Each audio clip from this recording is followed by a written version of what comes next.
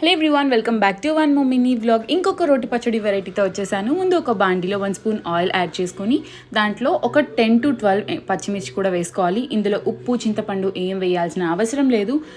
పచ్చిమిర్చి వేగిన తర్వాత 1 స్పూన్ ధనియాలు, 1 స్పూన్ జీలకర్ర కూడా యాడ్ చేసుకొని కొద్దిగా వేగాక టొమాటోస్ ఒక 2 to 3 టొమాటోస్ కూడా వేసుకోవాలి.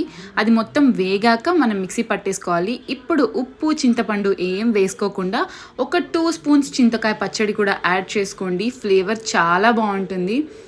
మరి మెత్తగా మిక్సీ పట్టకుండా కచ్చాపచ్చాగా మిక్సీ పట్టుకోండి. ఇప్పుడు ఒక బాండీలో 3 స్పూన్స్ ఆయిల్ వేసుకొని ఆవాలు, మినపప్పు, జీలకర్ర కూడా యాడ్ చేసుకొని కొద్దిగా వేగాక ఒక ఉల్లిపాయ సన్న తరుగు కూడా వేసుకోవాలి. ఆ తర్వాత 2 రెమ్మల కరివేపాకు, ఆనియన్స్ కొద్దిగా వేగిన తర్వాత చింతకాయ పచ్చడి కూడా యాడ్ చేసుకొని 10 minutes సిమ్లో ఉంచుకున్నామంటే ఆయిల్ పైకి వచ్చేస్తుంది. ఆ తర్వాత మనం వేడి అన్నంలోకి ఈ పచ్చడి వేసుకొని తింటే టేస్ట్ ఎలా ఉందో నేను చెప్పక్కర్లేదు, మీరే ట్రై చేయండి.